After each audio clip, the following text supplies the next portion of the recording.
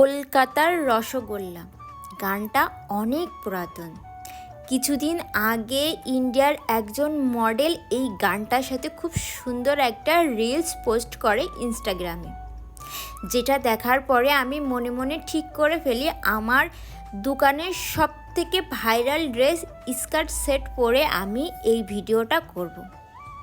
সত্যি বলতে করব বললেই তো আর হয় না। 30 সেকেন্ডের একটা রিলস করতে গেলে তার পিছনে থাকে অনেকটা পরিশ্রম, অনেকটা সময়। আপনারা 30 সেকেন্ডের একটা রিলস দেখে আপনাদের মূল্যবান কটু মন্তব্য সেখানে ছুঁড়ে দিতেই পারেন, সেটা করতে 1 সেকেন্ড সময় আপনাদের লাগে।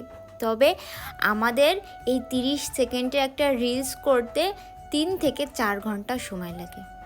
যেহেতু আমি দোকানের ভিতরে করেছিলাম, তাই আমার দোকান বন্ধ হওয়ার পরে কাজটা করতে হয়েছিল। 9টায় আমার দোকান বন্ধ হয়, আমি বাসায় ফিরেছিলাম 11টায়, কারণ এই শ্যুটটা করতে আমার পাক্কা 2 ঘন্টা সময় লেগেছিল। প্রায় 30 থেকে 32টা শট নিতে হয়েছিল।